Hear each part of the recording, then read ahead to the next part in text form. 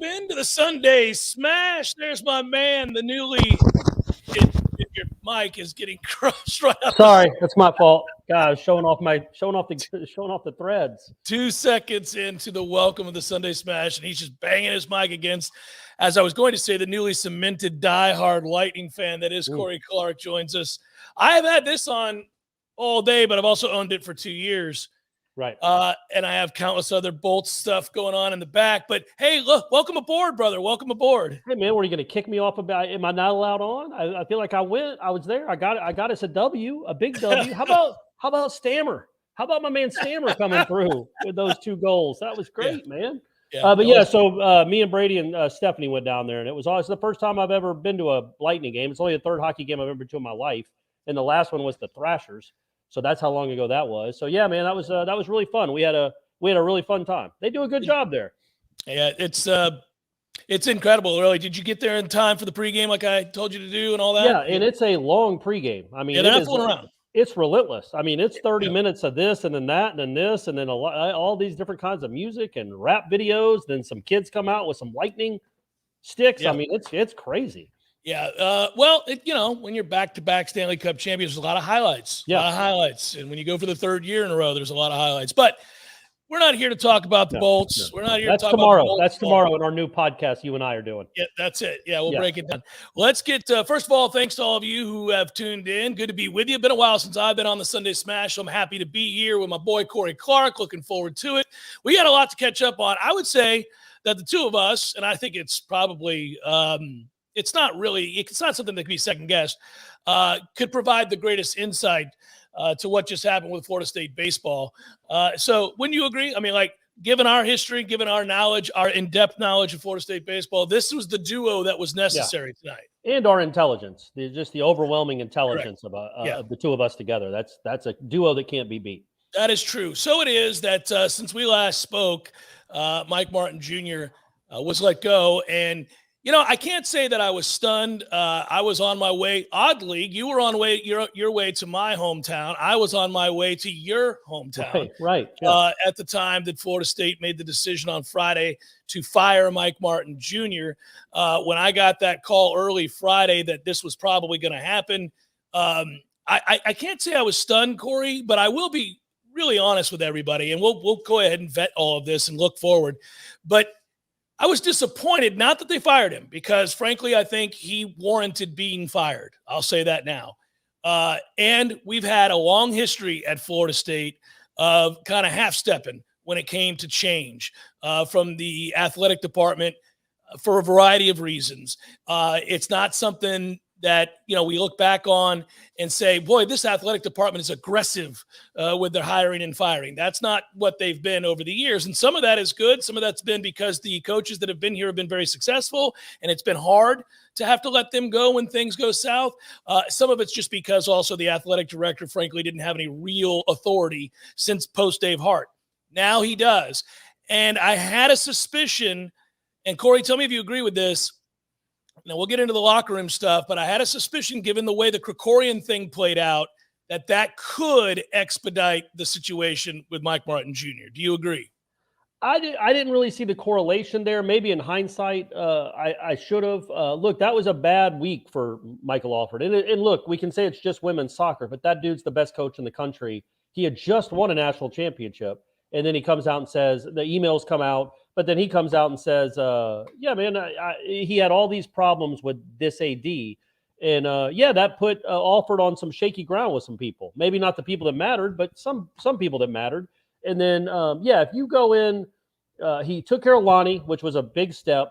But then, I also think this, Jeff, and tell me if you agree with this.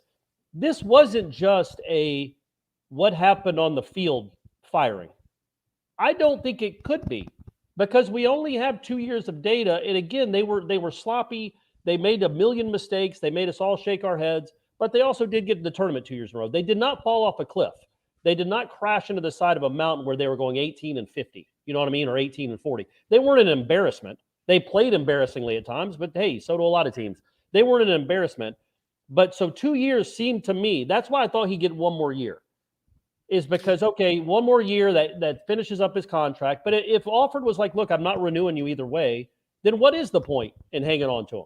If you know that unless he gets to the College World Series next year, which didn't look like it was going to be feasible with what he had coming back, what he was losing, I guess, then yeah, maybe it makes sense to just cut bait now. Say, okay, we tried. We gave the Martins a chance.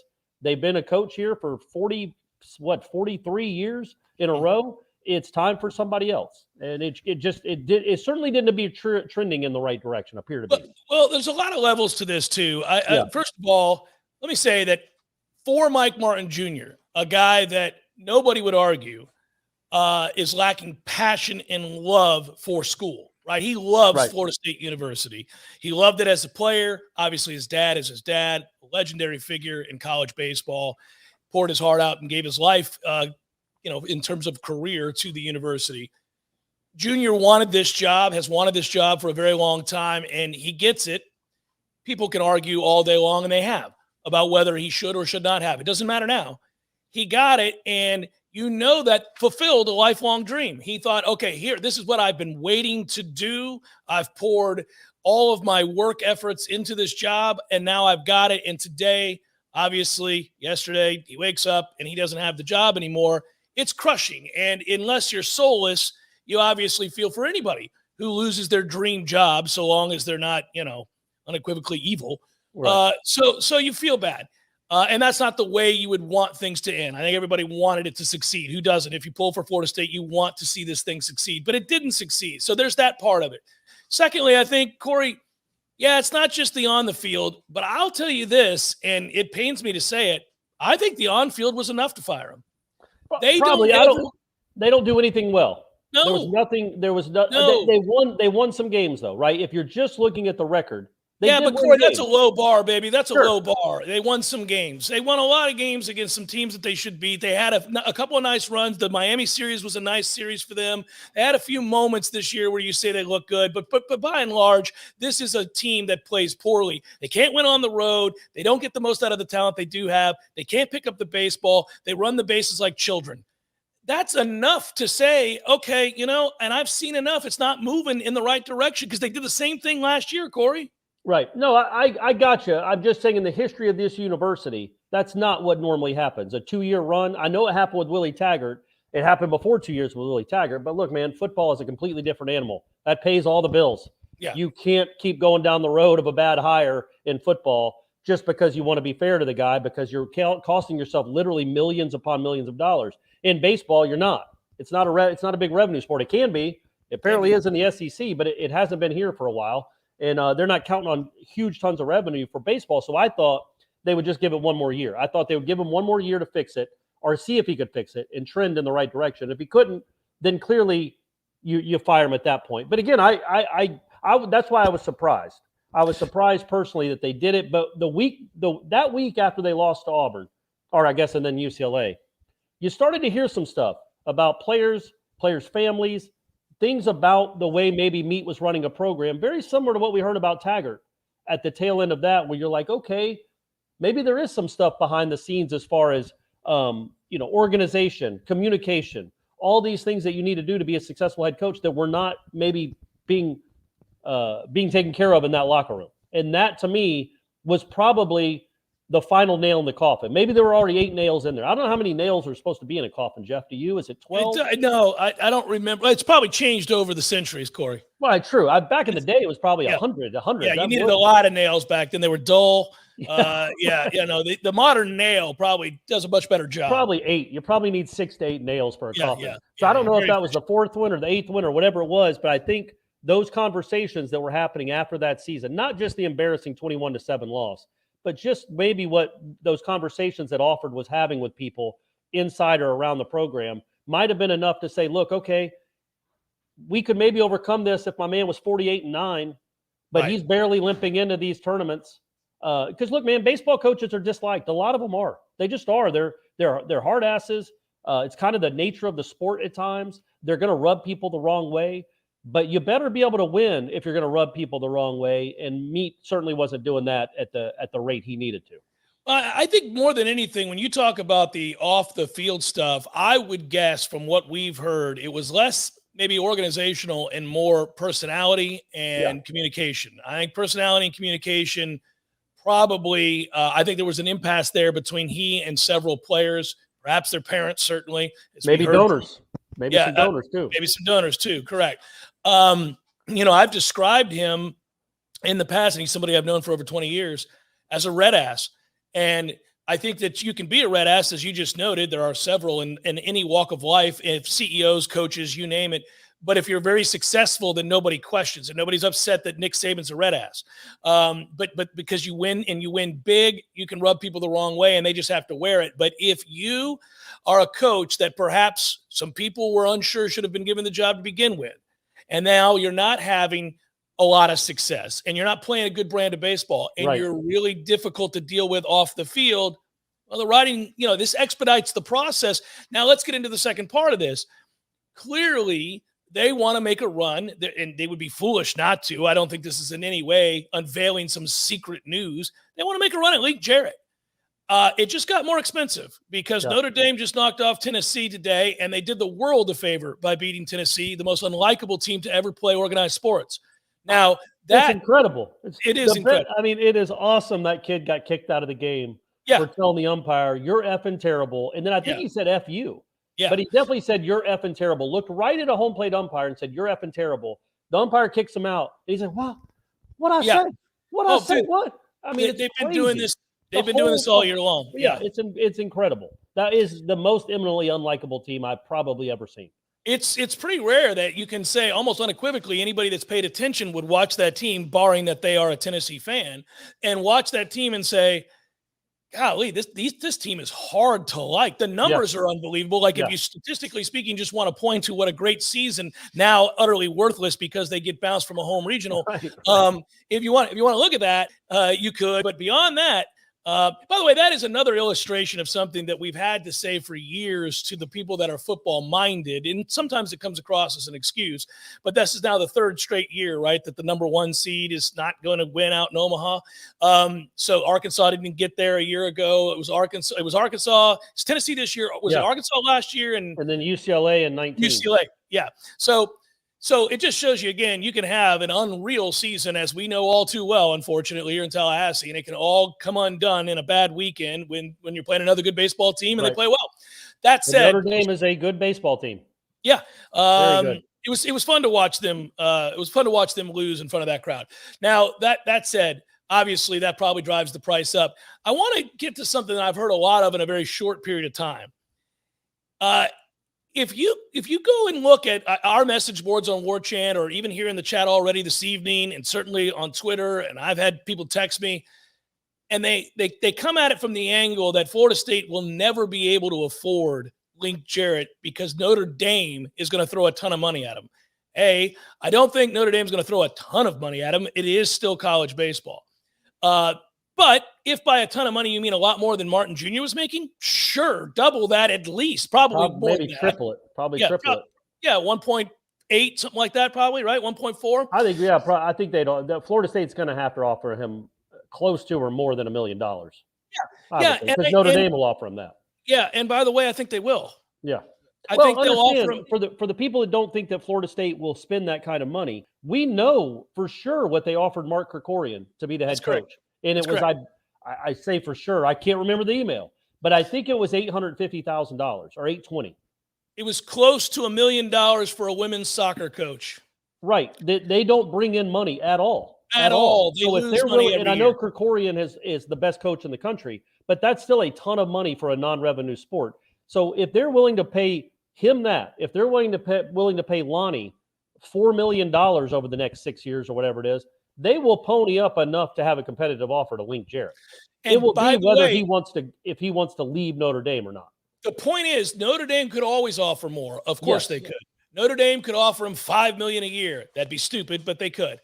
The point is, Florida State can't outbid Notre Dame, but they don't have to. They have to be in the reasonable ballpark. Link Jarrett loves Florida State University. He wanted this job 2 years ago. He wants this job now. Now, again, it's up to Florida State to go get him. Not saying they will. I think they're going to give it a go. I think it's a realistic belief that they'll offer the ballpark number they need to offer in order to put it on his plate and let him decide. Now, listen, in the modern era, we see a lot of weird things happen. Who knows? Maybe Notre Dame does say, we'll give you $3.5 million. Well, hell, man, I'm not paying $3.5 million for a baseball coach. I don't care who he is. And it's something people need to know. And again, we don't know that he's coming. He might drive it up, and he might have stakes in South Bend and that dump of a town. No offense, Indiana folks, but that's not the most beautiful part of your. Okay. That's not the most beautiful part of your state. But he's from Tallahassee. He grew up in Tallahassee. He's born and raised a Seminole. He played at Florida State. He played in the World Series for Florida State. He was a roommate of Mike Martin Jr. But another thing that I think needs to be considered, because when I was thinking about that, I was thinking the one thing that Florida State could lure, even if the money's equal, Florida State can always lure the prospect of, we're going to give you a more consistent chance to win a national championship year in and year out, recruiting in this area at this school than at Notre Dame. Now, maybe it doesn't help Banners that they just went and beat the number one team in the country and now going to Omaha. That probably doesn't help that bid. But, Jeff, I looked it up because I kept hearing how old Notre Dame was, how old that lineup is, how old that team is. So I looked up their batting order, their box score, not their box office, their box score. Their box office is terrible, by the way. Yeah. Literally, they get 900 people to those games or 1,100 people. So in their games against Tennessee, I'm going to read you the 10 kids that batted in the main pitchers, just by their class: grad student, sophomore, junior, senior, grad student, senior, grad student, senior, grad student, senior, sophomore, freshman, junior. The last three pitchers I made. So you're talking about what? 1, 2, 3, 4 grad students. 1, 2, 3, 4, 5. So 5 grad students, 5 seniors out of his top 13 players. Dude, so if there's a time to leave, it's now. It would be now, because these guys are all leaving with you. The guys that took you to Omaha are all leaving together, and y'all accomplished something together. And people might think that's wishful thinking on my part. It definitely has to come into play. If this was a young team, if these were his recruits, which they're not. These are guys. Now, look, they're his players. I hate when somebody takes over a team and starts winning, and they're like, oh, he's winning with somebody else's players. No, they're Link Jarrett's players. But he didn't recruit most of this lineup. This is all guys that were there before he got there, and he developed them. But these aren't guys. It's not like he's winning with a bunch of freshmen and sophomore that he brought in and said, believe in my vision. All right, so let's circle back and do two things here then. First of all, we think Florida State will make a highly competitive offer for Link Jarrett. I don't think Notre Dame is willing to pay him some astronomical sum that nobody in, say, the SEC is even. Sense. They don't go and support that team at that. They don't. They don't. And that's another reason he'd want to get out, because he played in front of the Section B Animals and diehard fans and loved it here. And yes, you can never underestimate the pull of those heartstrings, so long as the number is not offensive, right? So long as the contract offer isn't absurd, right? Like when they turn around and offer him $400,000, yeah, he'd laugh at that, right? But listen, they're going to put a competitive offer in. My guess is they're probably hell-bent on bringing in Link Jarrett. Now, there are other people who are highly qualified who want this job as well. Florida State will have options. So it's not like if they don't get Link, they can't bring in a name, or they can't bring in somebody who they think can do a good job. But they know they're going to pay their baseball coach more. Part of the appeal of bringing Mike Martin Jr. to the helm as the head coach, it satisfied a lot of you could check a lot of boxes there. One of them was financially, at a time when you were hurting for cash because you were paying off all that extra money to Willie Taggart. Right. You were able to get him on the cheap. But now we're moving into the last year where you're paying Taggart that money.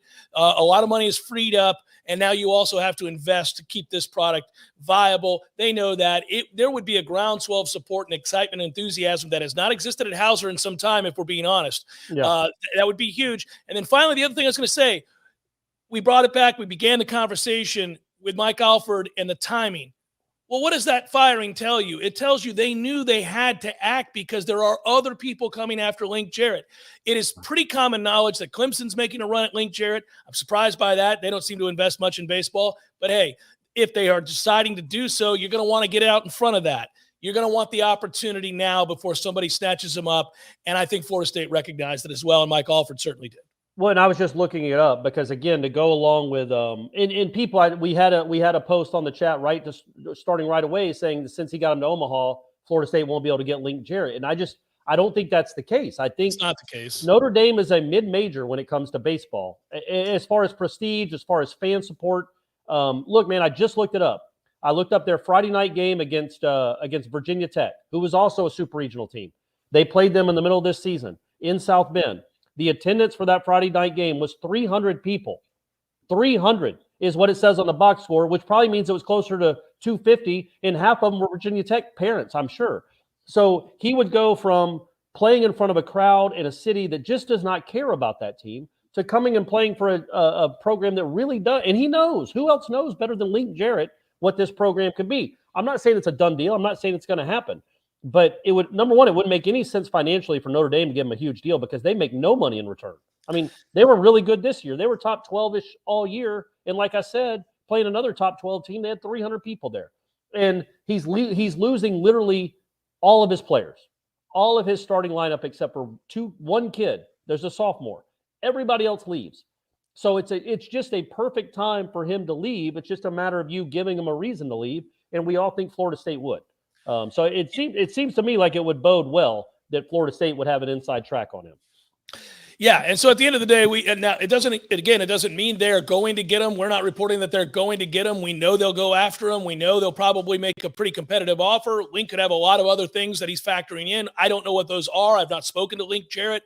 I know plenty of people who know him very, very well. I covered him all the way back in the day and all that good stuff. But I would just tell you that he loves Florida State. And if you read his quote when he was questioned about this job already, Corey, that was adept. That was really definitely done, was it not? Yeah. I mean, yeah. he basically, his quote tells you how interested he is and at least listening to what Florida State has to say. He certainly didn't deny interest. He was like, right. Look, I'm not worried about that right now. I'm worried about these guys. We've got one more win to get here and all that. And, I don't know what's going on in Tallahassee. I know my former roommate was fired. Yeah.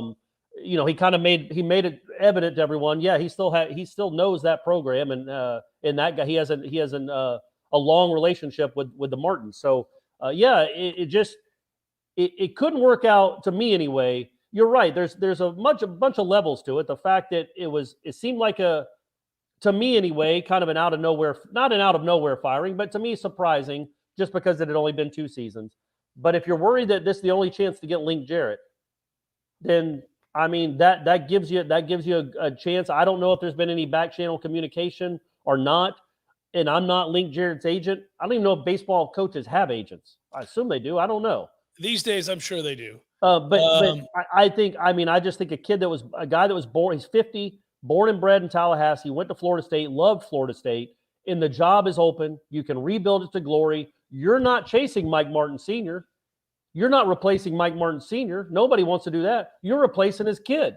That's a perfect landing spot. It was perfect for him to have this kind of season with all that with this going on in Tallahassee. It seems like a perfect storm of events to get him here, which probably means he'll go to USC.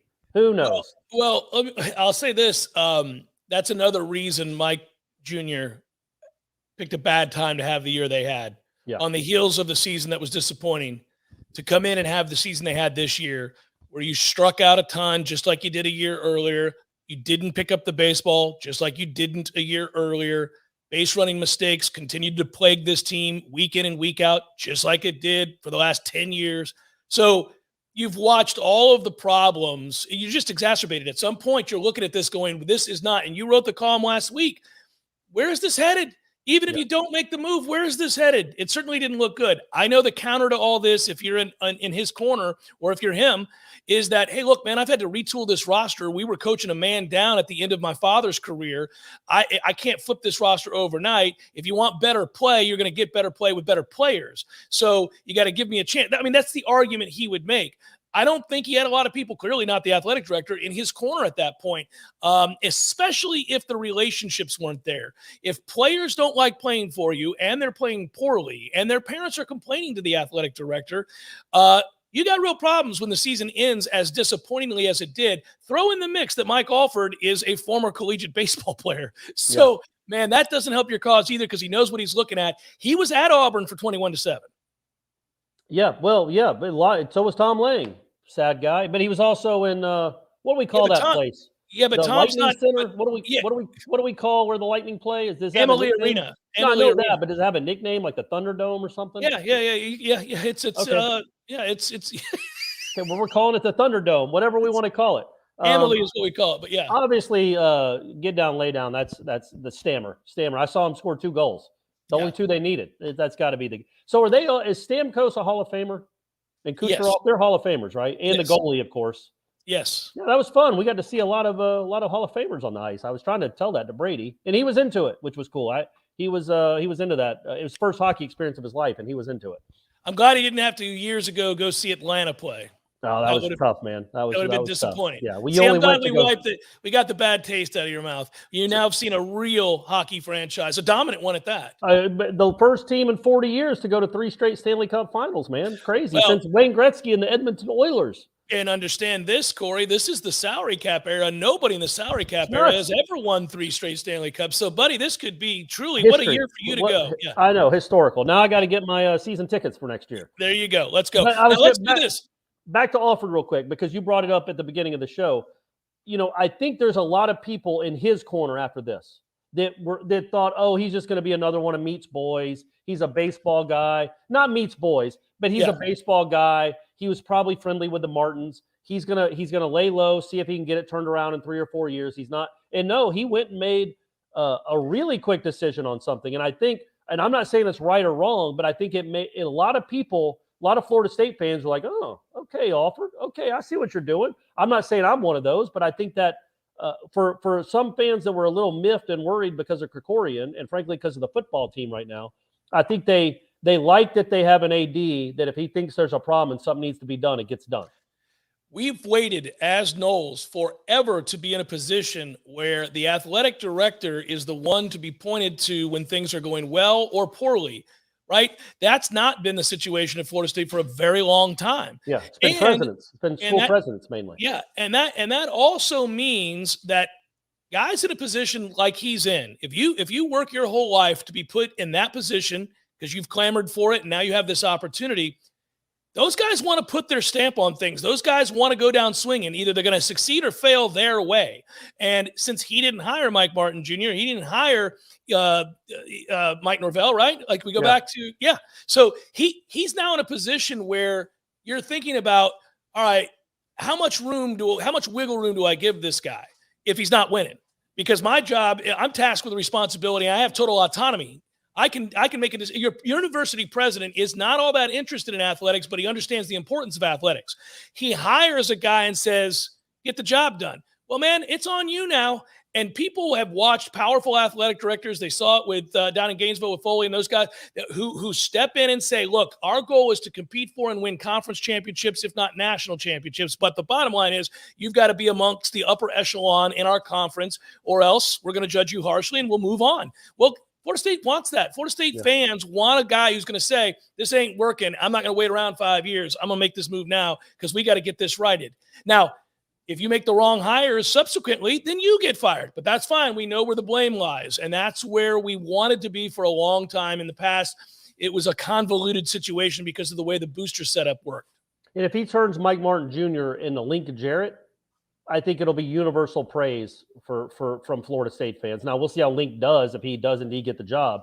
But if it's Mike Martin Jr. into an assistant from another school, then, again, I think people are going to be like, okay, that you fired him after year 2 with a year left on his contract for an assistant from, Virginia Tech or something. You know what I mean? Like, I think Link Jarrett would be a huge hire for him after really, honestly, making a pretty solid, it seems, soccer hire out of nowhere. I mean, nobody thought he was going to have to be hiring a new soccer coach because Krikorian had just won a national championship. And then he locked up Lonnie. So now you get all that out of the way and then go win some football games. Speaking of which, you need good players to win football games. Indeed. And I see my man Michael Langston is sitting there, and he can tell us about the ones that have been here at camps, who's coming, who's going, what's going on. Michael Langston, how the hell are you, brother? I'm good, man. Long week, long day, and certainly a lot of stuff going on. At Florida State this week, I think people saw this morning, Antavius Woody is cleared. He's going to be at FSU on Monday. He's offensive lineman. He's the remaining guy in the 2022 class, so he's going to be there Monday. So adding that is important. I was told that don't be surprised if he ends up on the defensive line. Somebody told me that today because he's really good on the defensive line. He was actually the MVP at the Atlanta regional camp that I went to. So I was told by somebody today. So don't be surprised if they start him over on the defensive line, especially with the class that they brought in on the offensive line. So that could be something to kind of watch. And then they had 6 official visitors on campus, 2 quarterbacks. Brock Glenn was one of them. The other quarter is Ricky Collins. He's committed to Purdue. I just dropped a big, big nugget on the board as far as a recruiting wrap about all these guys. You have wide receiver Shelton Sampson, a top 100 type of receiver. You also had I can't even. I know I'm going to screw up his name. Defensive tackle Yami. I want to say Tafas is how you say his last name, but he was on campus. He actually visited. He visited 3 schools in a row, and FSU was the last official visit. And when I tell you guys, you need to go to Warchant and look at the picture of this guy. He looks like a college player already right now, and things. So I think there's a couple of them that FSU looks good for. They also were hosting David, who's a transfer from Oregon.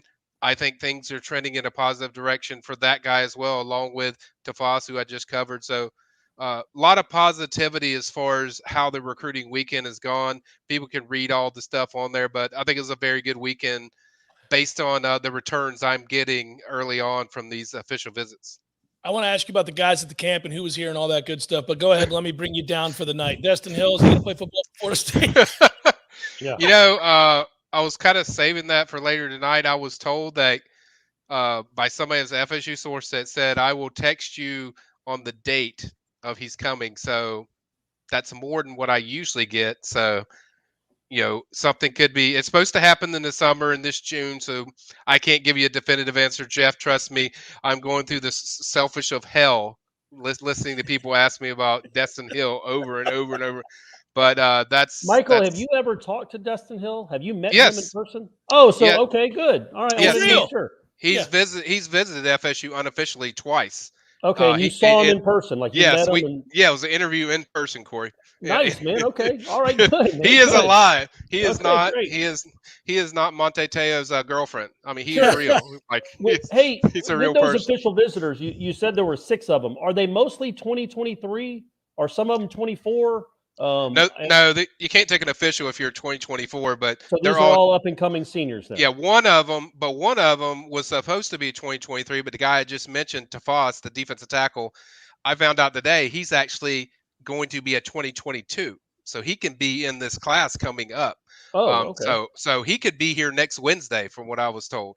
So but he's the guy that they really targeted. Odell's built a relationship, kind of all that stuff, and they did a tremendous job this weekend. But he's a guy that could be added to that 2022 class that I talked about being wrapped up, and it might not be technically wrapped up. He might be a new addition. Michael, whenever I ask you questions, I come at, first of all, I want to defer to your expertise in this realm every time, and I mean that seriously. Secondly, I always want to come at it from the standpoint of I'm listening or watching this show, and I understand recruiting is the lifeblood of a program, so I want to know we got good players, but I also hear things like how important are these camps, and the quality of player that comes to visit says a lot about the quality of the staff and the job they're doing, forming relationships and things of that ilk. So I am asking you a big picture question here. Are they doing a good job of getting some of the bigger names, better players in the top 100, top 200 in the country to come and be at these camps, to meet, greet, build relationships so that they have a shot that if this season turns out the way that they hope it does, 8-9 wins, something along those lines, they can finally gain some momentum in recruiting? Because the truth is, Michael, I think a lot of our fan base looks at this group and says, kind of half-stepping in recruiting, guys. There may be a lot of reasons for that, but we're not elite, and we're not bringing in big-time players right now. Good, this 3-star likes us. Maybe this borderline 4-star likes us. It's a long-winded question, but give us the big-picture view of how this staff is doing for things like this where they have guys on campus. Are they getting some better names? Okay, the big picture is in the spring, out of this world. They elite dudes everywhere. I can't say that they've done that for camps. We've seen some of these official visitors. I've mentioned Shelton Sampson. Everyone wants him. Bama, LSU wants him. I mean, this is a guy that everyone wants. Brock Glenn is a guy that people want, quarterback. Ricky Collins is almost a Rivals 100 kid. So the official visits, yes. Are the camps guys? They're getting guys at these summer camps that to the level what FSU should be? No, it's not there yet. But did they get these guys on campus in the spring? Yes, they're getting them there. But bottom line is it's as simple as it gets. a lot of Gotta these win. kids, these kids want to see the product. It's not that they don't believe in everything, Norvell's telling them and talking about and all this stuff, but they want to see the product on the field. They want to see them win, as you just said, Jeff. And that's kind of, there's not a pause. It's more of, hey, I want to see them. I mean, if they go into New Orleans and let's say they win that game, hell, you're going to have guys lined up left and right for official visits. I'm probably going to be so busy, I'm not even going to be able to Good. talk to Ira. So, Yeah. but I think it's really just a thing where recruits want to see the product. And I don't think it's a detriment on what we've seen so far with the summer camps. There's been some guys that are pretty good. Now, it's not to the level I think it should be, but I think it should be better. But I understand why kids are pausing to see what the product is before they race to Tallahassee and check out this program. Michael, what else is left to do? How many more camps do they have this summer? It seems like literally it's every weekend. There's a big man camp, or there's this camp or that camp. Is there another one this week coming up? Are there 4 more in the summer? Like, what's the schedule like until fall practice actually begins? Okay, so June was their big camp season. So for those that missed it, June 4th was their elite camp. That's where they brought all the targets. So they're really after. They came to that, yada, yada. We did all kinds of stuff and breakdown. Then they had the mega camp, which, most of us were at, which is mainly for helping recruits and building connection with high school coaches and helping other programs. There's a few kids, but not much. And then now we're into the individual camps. Today, Corey, was the first day of the individual camp. They have an individual camp on the 17th and an individual camp on the 18th. And then they have their really big lineman camp. That's on the 15th. Probably going to be over 50 schools at that event. So those are kind of their big events coming up. After the month of June, they'll be done. There won't be any more camps after June. So, yeah, they're trying to get as many evaluations in of these kids and trying to give kids opportunities to come kind of check out the way these coaches coach, the way they are, what the offense, what the defense, what kind of things they run as far as inside the defense, and got a feel for kind of the program. That's why they wanted to do it in the month of June. And so that's kind of the wrap of June. I think June's kind of their big month. At the end of the month, they're going to host 9 official visitors on June 24th weekend. So I think June is kind of what they're pushing for, to go into that with some momentum into the regular season. Picked up 2 commitments, one yesterday from a JUCO defensive end, and then another from a DB that was at the elite camp, Quindarius Jones. So you could tell what these camps are for, to evaluate as many guys as they can, because let's face it, Jeff and Corey, they have to get on guys early until the product starts equaling out so they can use their product of what is advantage. Right now, their product is not an advantage. So at the end of the day, look, I could ask you specifically about telltale signs that it's turning the corner because this recruit or that recruit is interested in Florida State, and by rights, given that he's a 5-star, he ought not be. But that's not going to work, because the truth is nobody's going to believe anybody ever since Travis Hunter. They're going to have to see, A, Florida State win some football games in which you can broaden the pool of players to choose from that are really talented and have a chance to change your program, and B, they're going to have to win some games so that people see that the product is getting a lot better. And then C, they're going to have to win some games so that people realize, at the end of the day, all the guys they get here, all the players that they're building relationships with, it's very important, but it's only important and can be cashed in upon if you win some damn games. And in particular, Michael, would you not agree with this? They've got to win early, especially with the way things are sped up now in recruiting. So at the end of the day, you lose to LSU and Louisville, they're done dealing. They're not going to get any momentum. It's over at that point. Yep, and the thing is, we've seen this 4 years straight. They've lost their season opener. 4 years, you have no momentum. Last year was just the worst. I've been born and raised in Tallahassee. That's the worst I've ever seen. Just a start to a season. Michael, I'd like to correct you real quick if I can. It's been okay, 5. It's been 5 years. Okay, 5 right. years. Yeah. That's even worse. Yes. Yeah. That's even worse. So 5 straight years, not win your season opener. So, yeah, you got to win. You got to build some momentum early. Obviously, I can say this, that Miami win really catapulted them to kids taking notice. Like, okay, these guys are flashing to me now. I see this. But they still have to win, and kids want to see a more consistent product. I think we're good. Michael, guzzle that water. I've got it, man. I'm telling you. You've earned it, Michael. You've earned it.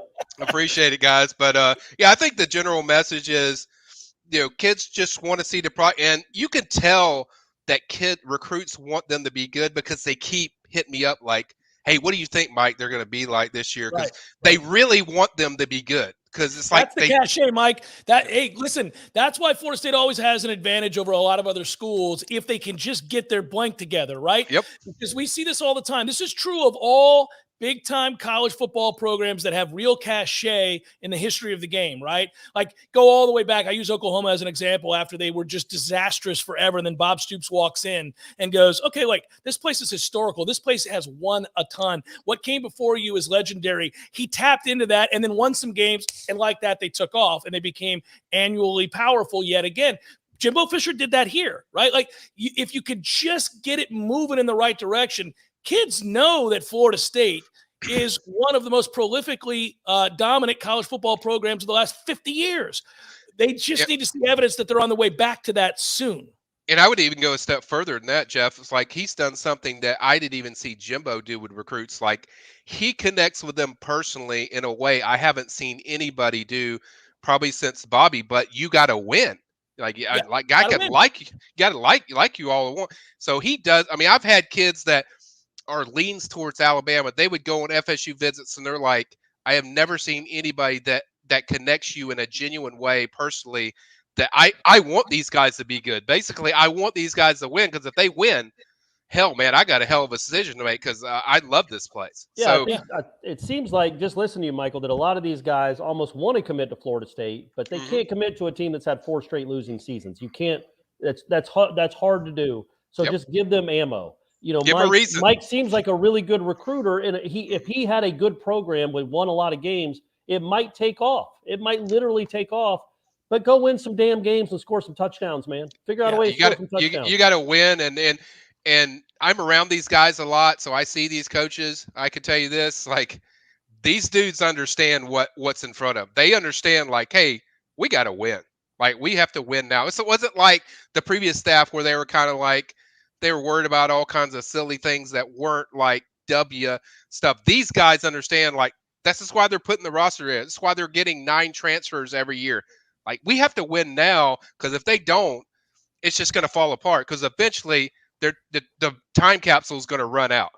Oh, and and I'm glad they know. It's of paramount importance there that they understand that you can't be out here half-stepping. Everybody knows we're all, even the most fair-minded amongst us, understand that enough time has elapsed that you have got to take a leap forward this season. You can't be out here 6-6, 5-7 again. Nobody will believe in you. And at that point, as I've said on my show, this show, any show I could be on, they're dead men walking. They have to understand that. I hope that sense of urgency of which you speak is present every day. I think it is. Yep. We saw it in spring, Corey. You see the way that Norvell is coaching. No detail overlooked. Obviously, the energy is always there. All coaches get it. At the end of the day, you could be the nicest guy in the world. Like you said, Michael, you can connect with people. You can work hard. You can care about the kids. You can be upstanding. If you lose, go pound sand, man. That ain't going to get it done. I don't care how nice you are or how much of a relationship you have with a player. This product is sorry. So, yeah, you got to see something. You got to win, and you got to give them something to grasp onto. You got to give these kids and their families, and even the boosters and people that support FSU, you got to give them something to grasp onto. Beating Miami every once in a while is not going to cut it. You have to consistently show a program like the standard is the standard. You guys talked about baseball. It's the same thing with football. The standard is what it is. And if you don't meet the standard, nobody's going to believe in it. Nobody wants to be here. Amen. Amen. Good work, Michael Langston. Have a good night, man. Go enjoy yourself. Be well. Thank you, man. That was fun. Man, a good coach, Jeff, is it Cooper? Yeah. Is that the coach? Is it? I want to say John Cooper, but that's not right, is it? That is correct. Yes. Oh, okay. So he's the Ohio State football coach from back in the day. Coop Dog just keeps, because I talked to Tom Lang about this little lightning week after the game. And I'm like, man, I bet you, because I didn't realize he had been there for 10 years or whatever it's been, or 11 years. Time, yeah. He was really there when they had the best record. He was very close to being fired after they got swept That's by what Columbus. I was saying. And Tom Lang was like, I was on board with it. I wanted him to get fired after that because that's crazy. So for them to go in to have one of the best records of all time in the regular season and getting swept in the first round and then answering that with 3 straight Stanley Cup runs. I know it's not a hockey show, so don't give me any diagnosis of how it happened. That's really cool, though. It's like Virginia after losing the 116 game to Maryland, Baltimore County, winning 3 straight NCAA tournaments. I mean, that's a pretty unique thing they're doing. By the way, the Panthers did something not dissimilar this year. Now, they got out of the first round. They did. By beating Washington, but they once again won the President's Cup just like the Lightning had done, and then turned around and in the playoffs, albeit again not in the first round, and got swept by the dominant team in this state and the dominant team in all of the NHL. Somebody asked me earlier on the show if I knew what offsides was, and I know it has something to do with the blue line. There we go. There we go. We're getting there. I'm starting to find it. And I know when the ref holds his fist in the air, a penalty's been called, and I'm starting to get it, man. I was trying to explain as much as I could to Brady. So let's answer like 2 more, and then we're going to get out of here. Okay. So some guys on the chat, let's just go through because there's been a lot of questions coming in. We appreciate you guys watching the show. We appreciate you guys joining us this evening. And so, we were talking with Michael. We didn't get to a lot of these things that you guys were talking about. So I'm curious. Some people say, what if we had AD? If we were the AD and money wasn't an issue, how many wins would Mike Norvell need this season to keep his job? Well, what's interesting here, Derek, as you write in, you're asking a question, a hypothetical that involves money not being an issue. If money's not an issue, and what you're telling me is that I have I'm Texas A&M. I can hire anybody I want to hire. 9. If I can hire anybody I want to hire and money's not going to be a problem if I make a decision to let the guy go, well, hell, he's in trouble. Yeah. Because at this point, I would put my arm around him as well. He may not be in trouble. Maybe he makes it happen. I'm rooting for him. But I'd put my arm around him and say, listen, I'm not going to bullshit you. If you do anything less than 9 wins this year, I'm firing your ass. Yeah. Because money's no object to me, baby. I'll go out and get whoever I want. We'll pay you what we have to pay to get rid of you. We're still paying Willie, and then we're going to pay $10 million for the next guy. Realistically, though, if I was the AD, if I was Michael Alford, and money is clearly an issue, I would say anything less than 6 wins is obviously you're done. I think, in my opinion, maybe not done, but I think you might be done. Let me ask you this, because you're kind of, we're skirting around something here that I think is a fundamental question.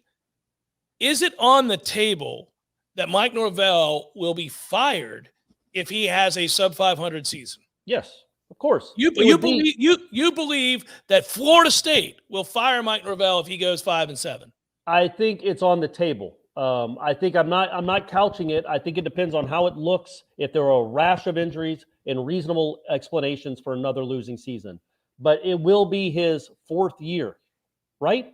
It would be his 4th year, or no, 3rd year, 21, 22. So only his 3rd year. So still, I mean, I think we just not set a precedent with baseball? Baseball's different. We weren't paying him anything. I think that if you're convinced that it's not turning around with this guy, don't make a 3-year mistake, a 7-year mistake. And like you did with Willie. After Jimbo left, you hired somebody that made it worse. And you don't want Norvell to be a guy that you perceive as making it worse. I don't think he is, and I don't think they'll go 5-7. But if they do, I absolutely think that would be on the table. Well, I think I agree with you that it's very important to see how it looks. The reason I bring that up, they're playing a bunch of veteran quarterbacks. The schedule's difficult. If they have injuries, they're in trouble. This is not a team with a lot of depth. And I know a lot of people say, well, Jeff, if you have injuries, you're going to have a bad year. Alabama could have a slew of injuries. They're going to have a good year. But you know what? Wake Forest couldn't, and Boston College couldn't, and Louisville couldn't. And that's who you're competing with right now. Right. So look, you can't beat Alabama. You're not in the same world as Alabama right now. But all these teams in the Atlantic, you're as good as, save for those 2. Clemson and NC State probably. But NC State probably can't afford a bunch of injuries either. Not many teams can. And you should, by year 3, and you have churned this roster to the point where it's 79, 80% your guys. It maybe not recruits, but guys you brought in. If you're still struggling to limp through the Atlantic Division after year 3, then I think, and you're still struggling to score points, I think there's a real, it might come to a head. So Jim Miller here touches on something that I think we can address. And he says, "Oh, okay, great. So if they play a bowl game in Northwestern Louisiana, that's not FSU football." And he's upset that we would want to retain him there. No, it hasn't been FSU football for a long time. Florida State hasn't played Florida State football, and I would guess that Ben thinks that's 10-win seasons plus, right? Yeah, I do too. 6 years. Yeah, they haven't done that in 6 years, so there's nothing new there. Part of what we're dealing with here is that fine line between you don't want to be Auburn and Tennessee and these schools that fire a coach every other year and start over all the time, because that never leads to anything positive. You rarely see that work out unless you do have more money than sense, right? So you can do that if money's not an object. It is an object at Florida State. So you're constantly trying to thread that needle and say, when is the right moment to decide this guy's not advancing the cause and it's worth us starting over? Because if you fire him, you're starting over.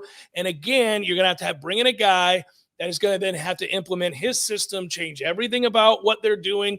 Most of those recruits, they'll leave. You'll lose half this team. It's not as easy as, hey, he's just not playing Florida State football. There's a lot more to it than that. Now, I agree with you. We are at this is kind of the fulcrum moment, right? He's got to have a good year. I don't disagree with that. I don't think there's any chance he gets fired unless he has some sort of 4-8, 3-9 type campaign. No, that 4-8 ain't close. Ain't that far off 5-7. But I'm saying you could go 5-7 if your losses were the vast majority of your losses were to ranked teams with veteran quarterbacks, and you had a couple of injuries. I can see. But you also would admit that it's on the table. It's not like he's just, no matter what happens, he's cleared. He's good. He's going into 2023. I mean, it would have to be bad. It'd have to be awful. Yeah. But listen, here's my point is, and I've made this point a lot. Just because I say he won't get fired doesn't mean that Florida State isn't screwed. They are absolutely screwed. If he has anything less than 7 or 8 win season, I think he's a dead man walking. And I don't mean that they'll fire him after going 7-5. I mean, he'll have no momentum whatsoever in recruiting. Conversation we just had with Michael Langston rears its ugly head again. How are you ever going to get anybody to say, yeah, it's trending in the right direction? Here's the thing to that. So say they go 6-6, and he's retained, and they don't have a good recruiting class. Well, they can't. But that recruiting class isn't going to impact the 2023 season much anyway. So what if all these guys that are younger, these offensive linemen get better? Maybe the schedule even softens up, and you get 9 wins in 2023. Well, then you weren't a dead man walking, because you're not going to get fired after a 9-win season. And that just because you win 6 in 2022 doesn't mean you're only going to win 6 in 2023. And if you show that improvement, you're going to get another year, much like Warchant did. It doesn't mean it's good for the program on the whole. What I'm saying is, if he doesn't have a quality step forward this year, we can debate what that is. I think most people believe that's 8-4 or better. Well, sure. And that shows some uptick in recruiting, and he has the chance to bring in the kind of players that long-term means that Florida State's going to have a chance to get back to winning 10 games, winning the Atlantic, competing for the ACC title, et cetera. It means that he'll be able to stay, Corey, but Florida State will be in limbo. They'll be screwed because the players that are coming in are not going to be appreciably better than the players they have right now, even if he has that kind of season. And it means that Florida State's not going to get back to winning the ACC and being any program of any significance. And so you're just waiting to fire a guy 2 and 3 years down the road is what you're doing if he does that. I mean, yeah, probably. Probably. There have been coaches that went losing season, mediocre, pretty good, really good, really good, really good. Like that is a trend that can happen. It's hard to happen at a place like this, though, right? And in 2022, it's just hard because the coaching profession isn't like that anymore. I think we both think for the betterment of Florida State, there needs to be some stability. There just has to be. Yeah. But if you think this guy isn't the guy, then do you rip the Band-Aid off quick? Or do you let it soak in bathwater or whatever you do to get off Band-Aids? I don't use Band-Aids, guys. I just let open wounds out. Well, you let your body take care of it. The body heals it. Band-Aid, that's not right. But that's what I wondered. There is an avenue where because this schedule could be maybe tough. We'll see for sure. We thought last year's was going to be tougher than it ended up being. But if they go 6-6 this year, but then it does lighten up next year. And Jordan Travis is a 7th-year senior, and he does make strides. And all those receivers come back, and all those offensive linemen come back. Then in the defense, you're losing the 2 tackles. You're not losing anybody else. So you still have a kind of young team. If that team becomes a 9-win team, then maybe that recruiting class is the one that kicks it off. I'm not saying that's likely, but I'm not saying just one bad year here means he's done, because that next year is the one that tells us for sure. I think if he does have a poor season this year, that we're all screwed. Him chiefly. He's screwed to the tune of what? $16 million. Yeah, he'll be okay to be screwed while he's out of a job on the beach chilling. But you and I will be covering another also ran program for another 2 or 3 years, just staring at each other like Kermit and what's his face in the meme. I mean, it's going to be brutal. Bear? Who does Kermit stare at? The actor from Batman, Christian Bale. Yeah, you've seen that meme millions of times. I just know the Kermit meme. I didn't know he was staring at Christian Bale. It's Christian Bale and Kermit looking back at each other, just nodding heads. Matthew, pull up the damn meme. He knows. But before people think that we're defeatist, I do think they're going to have a decent year. I think they do. I think they can win 8 games. I also think the end of last year should fill us with hope. They had it. They had their worst September. Oh yeah, okay, you're right. Christian Bale. I got you. I just remember that part. I'm not all that familiar with that meme. That's a great meme. It is, but I think that how they finished last year gives me hope that that's the real program. That's the real team. That was not a great team, but it was 5-3 in its last 8. One of the losses, Jordan Travis didn't play. Another when he played only half the game at Florida and at Clemson. Those were three games. All of them were within a score, and 2 of them were on the road in really tough environments, and you lost by a field goal essentially both times. That was your final 8 games. You carry that over, and you should be better this year, you hope, if you can find a way to rush the passer. The defense should be better. The offense really honestly can't be worse. If you could, that was an 8-win team that finished last year. I know they didn't finish with 8 wins because the September happened, but they won 5 out of 8. If you do the math and extrapolate that for 12 games, you're right around 8 wins, I think, right?